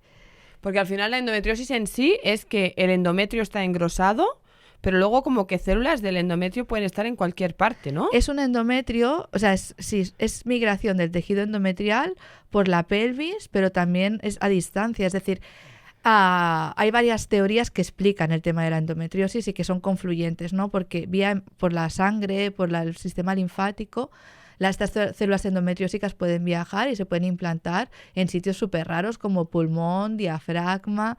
Es decir, podemos tener focos de endometriosis en sitios rarísimos. Luego hay mujeres sin útero o hay casos de endometriosis en hombres. ¿Por qué? Pues porque se cree que hay una transformación de las células madre a células endometriósicas. Es la teoría de la metaplasia celómica, es brutal. O sea, como hay un contexto genético. O sea, tú tener una madre con endometriosis te aumenta tu riesgo personal a tener 7 veces más probabilidad de tener endometriosis que si mi madre no tuviera endometriosis. Ya esto se gesta a nivel la vida fetal, ya naces con un contexto y hasta los 8 o 9 años, como vivas, va a marcar mucho la probabilidad de que en la pubertad con tu primera regla, en la menarquia, empieces ya debute la endometriosis. Tenemos casos de endometriosis en niñas sin reglas y creo que es 1 de cada 5 niñas adolescentes diagnosticadas de endometriosis, los síntomas empiezan antes de los 15 años. Sin tener la menarquia. Muchas veces sin tener la menarquia. Wow. Son dolores crónicos random, dolores de barriga que se estudian por 1000 cosas, no sé qué. Sí, es muy fuerte. Pero entonces, si yo, por ejemplo, tengo endometriosis y tengo una hija, debería como en medida preventiva llevarla, ¿qué te digo?, con 10, 12 años al ginecólogo por si tuviera esa endometriosis, dado que tiene 7 veces más riesgo de tenerla que otra niña, o solo si hay síntomas. A ver, lo que mandan son los síntomas. Es que no va... En algunos casos la endometriosis puede ser asintomática, ¿vale? No es infrecuente y a mí pienso, pues mejor. Eso es porque vivirás bien, ¿vale? Claro, sin dolor. Exacto. Yo creo que es más, si una madre tiene endometriosis y tiene una hija, es intentar poner mucho foco en el estilo de vida, de nuevo. Y en este caso, incluso tener muy en cuenta todo el tema de los tóxicos, disruptores endocrinos a nivel ambiental es importante, porque al final todas las mujeres que somos target de cosmética, todo esto está lleno de disruptores endocrinos. Entonces, si nosotras tenemos una predisposición genética, la podemos tener a desarrollar endometriosis, cuando hacemos el abordaje funcional de la endometriosis, uno de los pilares que tratamos, una de las intervenciones terapéuticas, es reducir toda esta fuente de disruptores endocrinos que nuestro cuerpo va a interpretar como más estrógenos. Entonces, lo que pasa en la endometriosis es que tenemos un exceso de estrógenos porque nuestro ovario produce estrógenos, los focos endometriósicos que tenemos por la pelvis producen estrógenos. Si es una endometriosis con un exceso de tejido adiposo, de nuevo tenemos otra fuente de estrógenos y podemos tener una cuarta fuente de estrógenos que es todos estos disruptores endocrinos que el cuerpo interpreta como estrógeno y que alimenta este contexto de exceso de estrógenos, sumado a que el 30-40% de las mujeres con endometriosis tienen una condición fundamental y que debería ser donde deberíamos focalizar todas nuestras intervenciones terapéuticas, que es la resistencia a la progesterona. Entonces, claro, aquí esta resistencia, el hecho de que tengamos menos receptores de progesterona, se produce menos progesterona, lo que está alimentando constantemente es esta situación de exceso de estrógenos que contribuye a la inflamación, a las lesiones de endometriosicas que están en la pelvis progresen y todos estos síntomas de sangrado abundante, dolor y bueno, y todo lo que estábamos comentando. Vale, ¿el tratamiento en qué consiste? Porque he escuchado que la endometriosis se opera. En algunos casos se opera, pero operas las consecuencias de la endometriosis. O sea, podemos tener estos focos endometriósicos, se pueden quitar. Si tenemos quistes en el ovario, que se llaman endometriomas, algunos, no todos, se operan porque, claro, estos endometriomas cuando los quitamos, si son pequeños, o sea, afectan a la reserva ovárica de la mujer, porque quitamos corteza ovárica, donde están los folículos. O sea, es un tipo de quiste que se come, para que nos entendamos, el ovario, ¿vale? Wow. Entonces, hay algunos que podemos hacer quistectomía, sacar el quiste y no afecta al resto del ovario y casi no hay un impacto en los folículos que tenemos ahí, pero en el caso del endometrioma sí, como que invade, ¿vale? Entonces, ¿qué pasa? Que endometriomas pequeños no se operan porque podemos tener un impacto negativo en la reserva ovárica y en la fertilidad de la mujer. Solo se operan aquellos muy grandes que haya un riesgo de torsión del ovario y que podamos perder el ovario o haya mucha clínica. Pero si no, que normalmente son aquellos que miden más de 5 centímetros, pero por debajo no se tocan. También podemos operar cuando hay una previsión de hacer una técnica de reproducción asistida, un poco para restablecer la anatomía, porque pasa, la endometriosis como es inflamatoria, hace un síndrome adherencial que afecta a cómo están los órganos en la pelvis, útero, trompas, cómo funcionan. O sea, si tenemos adherencias que están como oprimiendo las trompas que tienen, o sea, es donde se va a encontrar el ovocito, ¿no? Con este esperma y que tienen un movimiento peristáltico, o sea, tienen que encontrar, fecundar y luego tiene que ese embrión, o sea, ese óvulo fecundado tiene que implantar en el endometrio y esto es porque las trompas tienen un movimiento propio. Esto está afectado en la endometriosis. Entonces, muchas veces lo que se intenta es, voy a reestructurar la anatomía para intentar que si hay una técnica de reproducción asistida o para aumentar la probabilidad de embarazo, ya sea espontáneo, ya sea en el contexto de una transferencia embrionaria. O sea, cuanta más adherencia, entonces, más dolores, más infertilidad. Es curioso porque, sí, más infertilidad seguramente sí, ¿vale? Lo del dolor es relativo porque las etapas más dolorosas son las primeras, cuando aparecen las primeras lesiones que son las que no son visibles por ecografía. Entonces a veces encontramos unas endometriosis profundas donde la mujer casi no tiene dolor y en cambio mujeres... igual lo ha normalizado. Aparte, pero que es muy curioso que muchas veces hay esta discrepancia entre lo que encontramos por ecografía, resonancia y lo que nos explica la mujer. Mucho dolor con los primeros estadios que son las lesiones más inflamatorias. Luego cuando ya se produce la fibrosis, las adherencias, es como que esto ya no duele tanto, ¿vale? Obviamente si tú tienes una lesión, unas adherencias que te está haciendo pinza un nervio, ahí tienes un dolor que te vas a morir, neuropático, brutal, ¿vale? Pero a veces tenemos ecografías que dices, ostras, aquí ya ves que hay una endometriosis profunda, la mujer pues no tiene menos síntomas que otra, que tal vez es una ecografía limpia, aparentemente normal, pero obviamente dices, aquí hay algo, porque no es normal como está ella. Entonces, lo que nos hace sospechar de la endometriosis es la clínica. Principalmente la clínica, luego factores de riesgo que podemos recoger en la historia clínica, también, pues lo que decíamos, historia familiar, empezar con dolores de regla súper pronto, desde la primera menstruación, el sangrado abundante, luego algunos eventos de la infancia. Sabemos que las niñas que han tenido abusos físicos, obviamente sexuales, antes de los 8 años o un abandono por parte de los padres, tienen más de un 50% de riesgo de desarrollar endometriosis. Y esto es porque hay el sistema adrenal, el del estrés, el cortisol elevado, o sea, cambia. O sea, se pone esta niña en modo supervivencia con el sistema nervioso simpático hiperactivado constantemente. Esto modifica como la gestión del dolor, los niveles de cortisol y el umbral del dolor, y contribuye esta inflamación, esta vía, al desarrollo de una endometriosis. ¡Qué fuerte! Sí. Muy fuerte. Hay varios estudios. O sea, hay que recoger todo. Todo, absolutamente, claro. Y luego la exploración física, tenemos unos puntos dolorosos. Si es una mujer sexualmente activa, que podemos hacer una exploración vaginal, podemos identificar algunos puntos muy característicos de dolor que podrían apoyar el diagnóstico de la endometriosis. Y luego las pruebas de imagen, que en manos de un buen ecografista o un radiólogo que sepa leer bien las resonancias, pues podemos empezar incluso a sospechar endometriosis superficiales, peritoneales, que son las que hasta hace unos años nos decían las pruebas de imagen todo normal. O sea, sí que estaba infradiagnosticada, claramente. Está infradiagnosticada. Vale, entonces diagnóstico es la historia clínica, la sintomatología, las pruebas de imagen, supongo que una analítica, porque habrá ¿no? hiperestrogenismo. En la analítica no tenemos a día de hoy aún ningún marcador que nos ayude al diagnóstico. Se están estudiando varios y hay muchos estudios en curso buscando algún biomarcador que nos permita el diagnóstico precoz. Hay una empresa francesa que ha desarrollado un test en saliva que mira microRNAs que son muy característicos, o sea, hay ciertos microRNAs que podrían ser como característicos de las mujeres con endometriosis. Y esto sería un test no invasivo en saliva. Sí, como un test genético. Sí.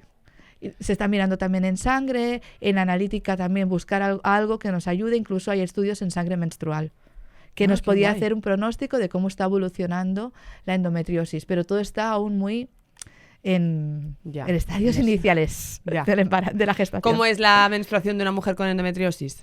Pues dolorosa, normalmente... ¿Pero es periódico el ciclo? Suelen tener ciclos cortos, muchas de ellas. Pueden tener ciclos regulares cada 28 días, pero hay un tanto por ciento elevado que tiene tendencia a ciclos cortos, de menos de 24 días, abundantes, mucho síndrome premenstrual y vale, no es tan característica la menorrea como en un SOP, a lo mejor. No. Es más normal, o sea, es más común tener ciclos. Vale, ¿y el tratamiento? Porque claro, entonces, yo no sé, yo muchas veces he pensado en pacientes, yo creo que esta mujer tiene endometriosis, ¿sabes? Pero como no he ido al ginecólogo, me ha hecho una ecografía, está todo bien. Claro, yo no sabía hasta qué punto puede una ecografía salir aparentemente bien, pero sí tener endometriosis. Y sí puede. Sí. Una ecografía normal no descarta el diagnóstico de una endometriosis. Claro. Tú no le puedes decir a una mujer que te está diciendo que tiene dolor de regla, que todo está bien. Porque tengas una ecografía sin patología orgánica. Pero no. ¿cuántas mujeres? Porque a mí todas las que me vienen, no, es que el ginecólogo me ha dicho que está todo bien. Cambia de ginecólogo. Yo les digo eso, cambia de ginecólogo. Yo también se lo digo. Pero es como, no está bien, tienes dolor, ¿no? Que es normal. Y es como, pero no, es... Yo pienso, si no has encontrado nada en la ecografía, hazle una analítica. Búscale, ¿no? Puede ser que sea una dismenorrea que se llama primaria, ¿vale? Pero tiene que haber una causa. Claro, tiene que haber algo. Yo siempre digo, algo tiene que explicar tus dolores. O tienes una alteración en tu microbiota, o te falta progesterona, o te falta vitamina D, o te falta B6, o te falta zinc. Algo te falta. Claro. Pero claro. Hay que ver. O sea, lo que no es normal, y esto que quede, yo creo que nos lo vamos a grabar con fuego al final, es que el dolor de regla no es normal. No es normal. O sea, una mujer debería poder vivir sus 40 años más o menos de vida reproductiva con sus ciclos y no ni desangrándose ni muriéndose de dolor una semana cada mes. Claro. No, así no. Es que hay gente que incapacita la regla. dejan de ir a trabajar, no van, adolescentes que no van al colegio, y esto es un drama. Claro. O sea, porque es que esto, hay también otros estudios que el adolescente con dolor de regla que empieza tan temprano, la media de absentismo escolar cada mes es entre 1 y 4 días por el dolor de regla, esto acaba afectando a su futuro, aumenta la brecha salarial, educacional, porque aumenta el fracaso escolar en estas niñas y luego acaban ganando un 30% menos que sus homónimos masculinos en un futuro, por tener dolor de regla. No, es un problema social. O sea, pero basta ya. Es un problema social. Faltan ginecólogas como tú, ya te lo digo, porque es que, o sea, nuestras pacientes es como la última esperanza, a ver si alguien, ¿no? me da una solución que no sea el anticonceptivo, que no sea el tener dolores normal. Y sí que es verdad que a través de la alimentación, hombre, pues mejoramos mucho la sintomatología, no lo vamos a negar, pero yo creo que ahí falta un tratamiento de base. Necesitamos un tratamiento extra.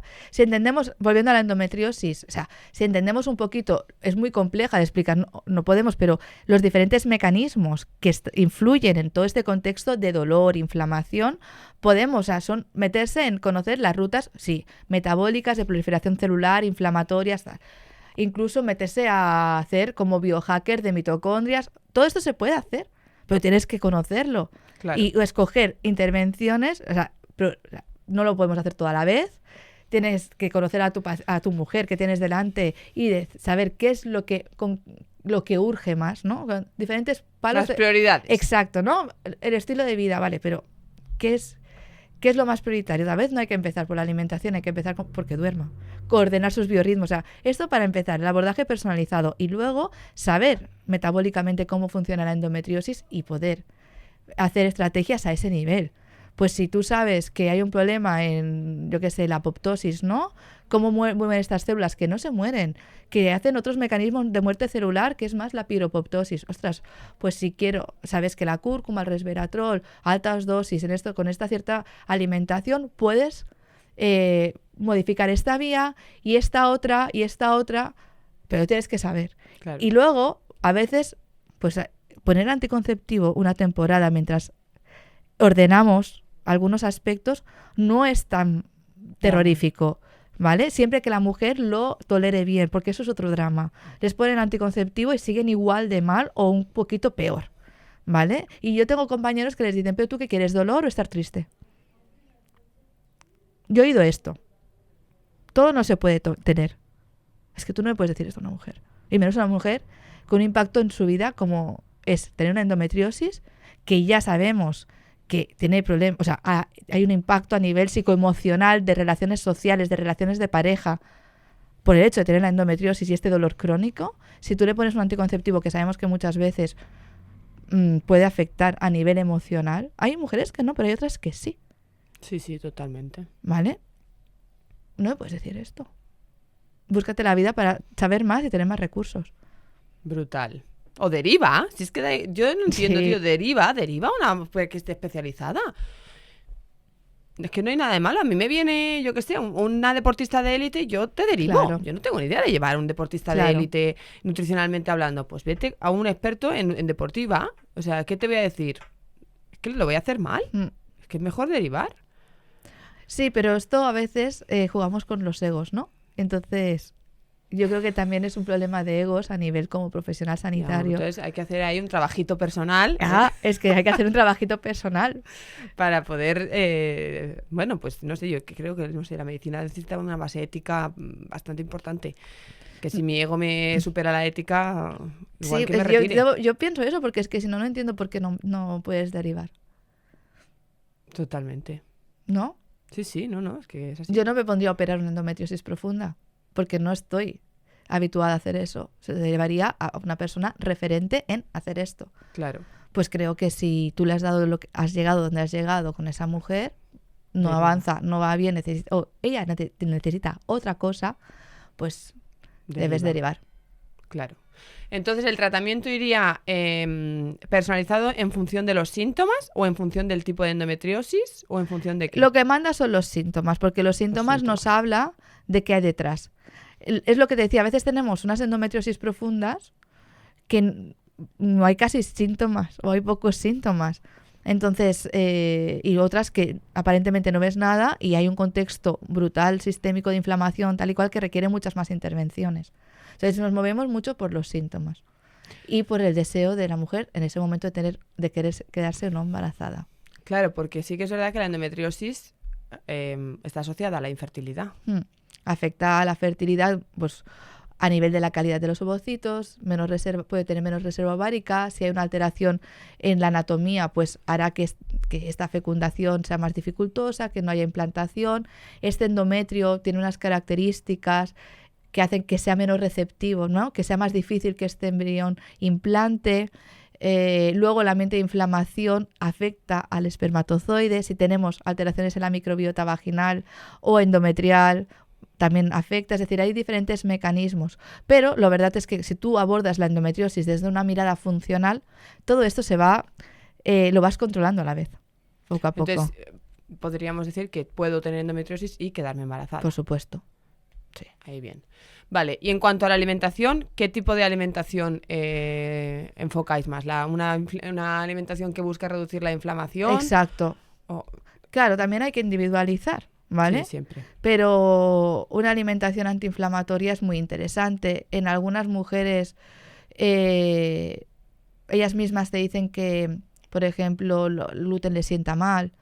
Pues retirar el gluten sin necesidad de bajar carbohidratos, que a veces tenemos que si me quito el gluten no puedes comer carbohidratos. A veces yo les hago baja carga de gluten, te quiero decir, porque yo me encuentro a pacientes, a lo mejor, ¿no? Con toda esta sintomatología, la endometriosis, tal, pero muy habituadas al desayuno de pan, ¿no? Y tú no les puedes poner un pan sin gluten porque eso es la cosa más horrible que hay en el mundo y la cosa más insípida. Entonces, bueno, pues a lo mejor buscamos un cereal con menos contenido en gluten, claro, que es una tostada de pan que son, ponte a lo sumo 100 gramos, entonces es como una carga muy baja si en el resto del día no tomo gluten. Claro, eso está bien. O sea, al final es como los alimentos que tal vez pueden, si tenemos un contexto de inflamación intestinal, pues estimular un poco más esta inflamación, disminuirlo, ¿no? Pasa un poco con los lácteos de vaca. Si tenemos una sangrado menstrual abundante, pues la caseína que lleva lácteos de vaca, sabemos que estimulan los mastocitos que influyen a esta proliferación celular endometrial. Bueno, no quiere decir que comer sin lácteos. Tenemos lácteos de cabra, de oveja o de vaca 2, que puede ser... O vegetales. O vegetales, por supuesto.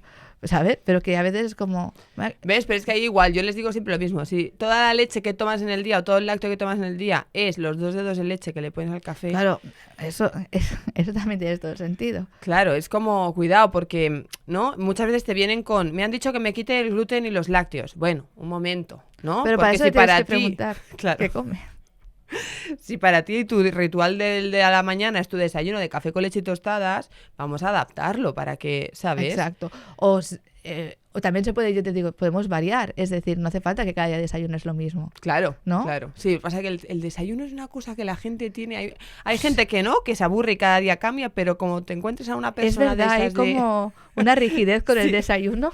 A mí me pasa. Es como, ¿me lo vas a cambiar? No, lo mantenemos, pero lo adaptamos. Yo siempre les digo, lo adaptamos. Y ahí para mí siempre manda el paciente en cuanto a preferencias y, bueno, pues regulación del hambre y la saciedad, etcétera, etcétera, ¿no? Pero es como, ok, pues esto vamos a intentar mantenerlo, pero ¿no? Pues teniendo en cuenta el resto de... Exacto.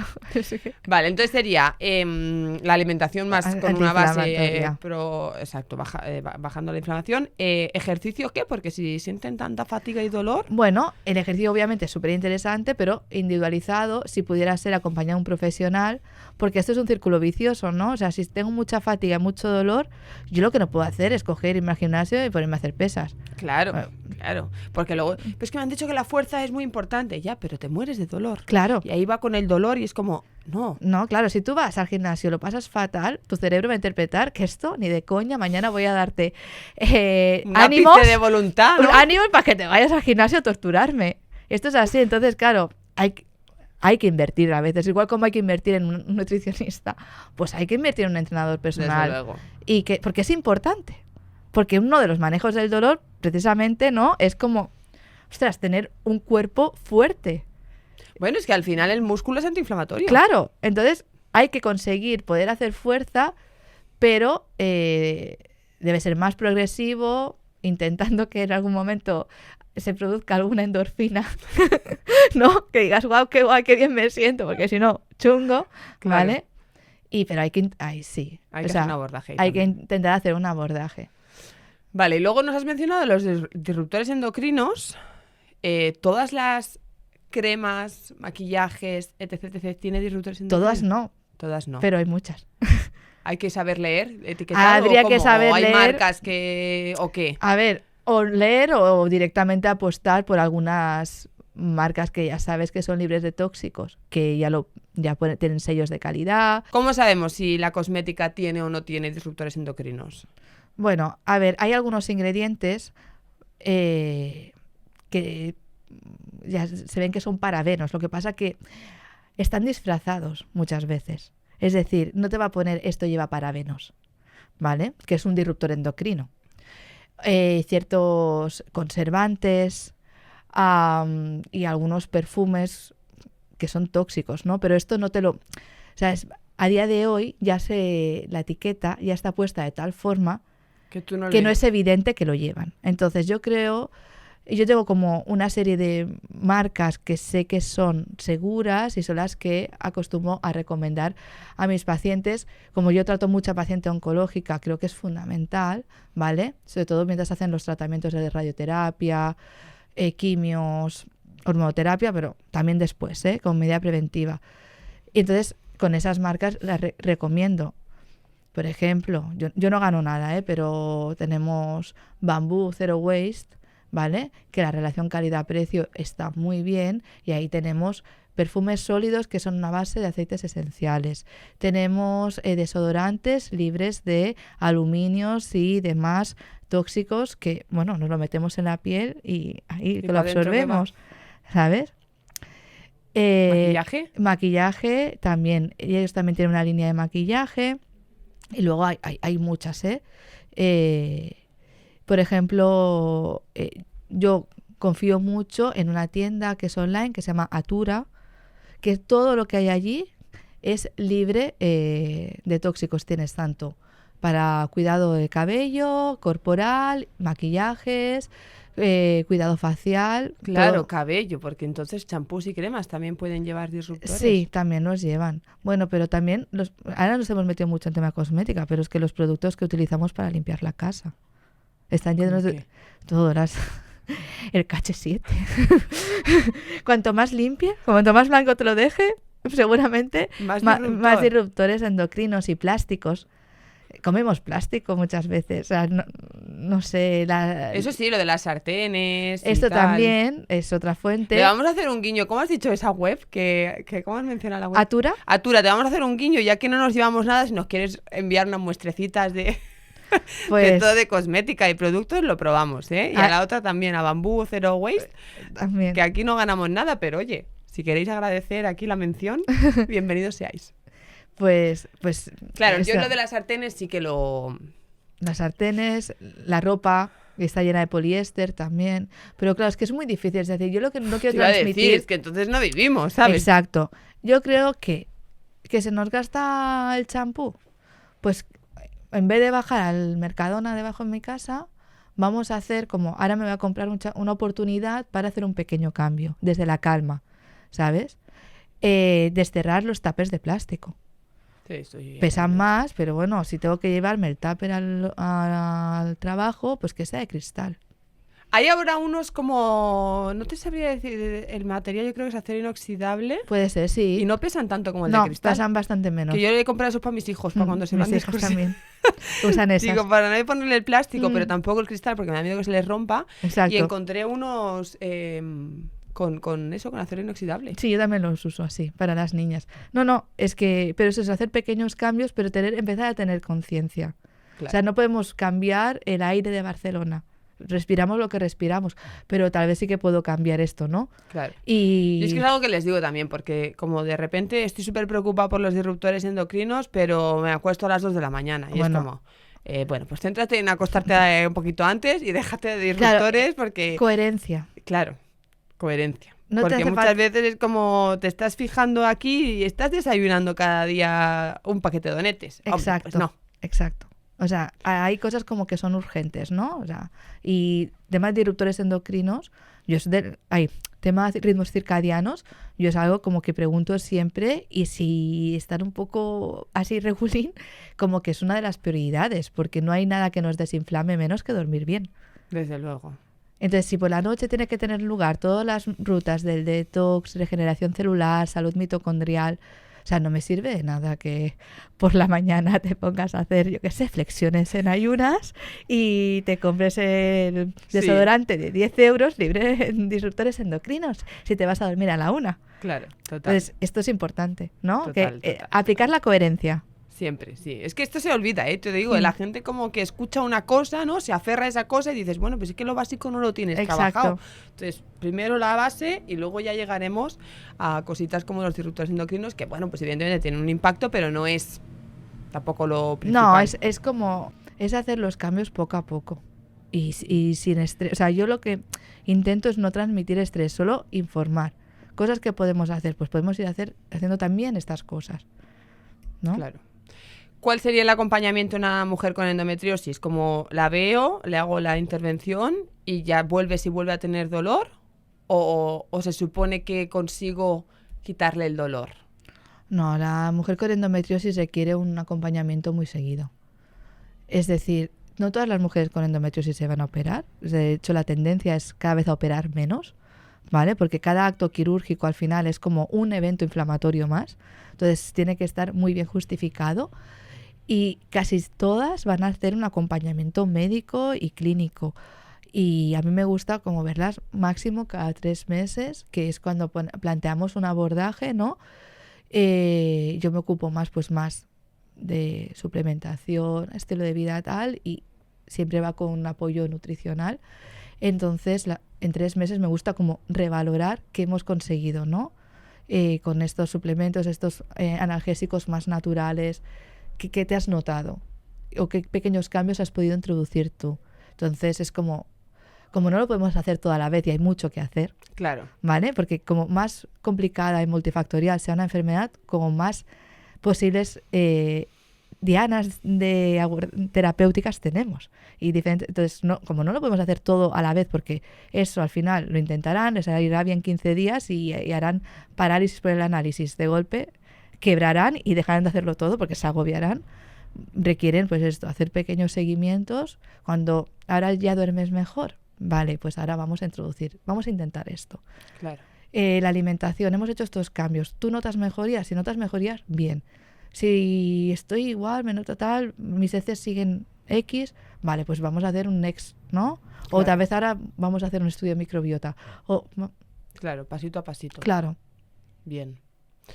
Bueno, pues entonces, por concluir, vamos con 2 preguntas resumen. 1. ¿La regla tiene que doler? No. No. ¿Podemos vivir con calidad de vida padeciendo SOP y o endometriosis? Es posible. Es posible controlar las enfermedades, son trastornos de salud. Se puede controlar. Van a ser crónicas, pero hay muchas mujeres que viven con muy buena calidad de vida, siendo muy conscientes de que tienen que llevar un estilo X el 80% de la semana, como digo yo, hacemos un 80-20, y practicando la flexibilidad. Muy bien. ¿Puede coexistir un SOP con una endometriosis? Sí, puede coexistir. Ojo. Sí, porque hay diferentes variantes genéticas que son comunes en ambas. Wow. Y algunas mutaciones y cosas que son comunes en ambos trastornos. Telita. Bueno, y para acabar, ¿hay algo que te gustaría dejar claro sobre la salud hormonal o sobre la endocrinología ginecológica a las oyentes y seguidoras de este podcast? Bueno, yo me gustaría transmitir el mensaje que menstruar mola. No menstruar también, que no hemos hablado de menopausia, pero bueno, que una vez dejas de menstruar pues también es una nueva oportunidad de vida, pero que nos han vendido una historia de que ser mujer tampoco es sinónimo de tener o no reglas, pero bueno, que ser mujer es durísimo, ¿no? Parece que sea una condena el hecho de tener la menstruación cuando deberíamos vivirlo como un superpoder. Si estuviéramos conectados con nuestro ciclo, si tuviéramos un ciclo menstrual sano, nos permitiría organizarnos la vida, el trabajo, nuestras emociones, a todo en función del ciclo, conectarnos con nosotras mismas y realmente no sé, vivir una vida súper plena. Entonces es importante que todas, o sea, el cambio empieza en nosotras. Y si somos madres, ya sea de niños o niñas, que hagamos este cambio para cambiar el discurso y que las generaciones futuras realmente vivan la menstruación como un superpoder, que es lo que es. Qué bien. Perfecto. Pues, Laia, ¿algo más que quieras añadir que nos hayamos dejado? Os recuerdo, ¿vale? Que Laia la podéis encontrar en redes como @dra.laia_sánchez, que ella es autora y creadora de Alma by Woman. Y que ha sido un placer tenerla aquí. Muchísimas gracias, gracias por a ti, María, toda esta información que nos has dado, por pasar este ratito conmigo y con todos nuestros seguidores. Y pues nada, que te seguiremos todos en redes, que muchísimas gracias. Espero que volvamos a hablar otro día de menopausia o de cáncer de mama, lo que haga falta. Y nada, pues a todos vosotros también daros las gracias como siempre por haber estado un día más conmigo y nos escuchamos en un próximo episodio. Adiós.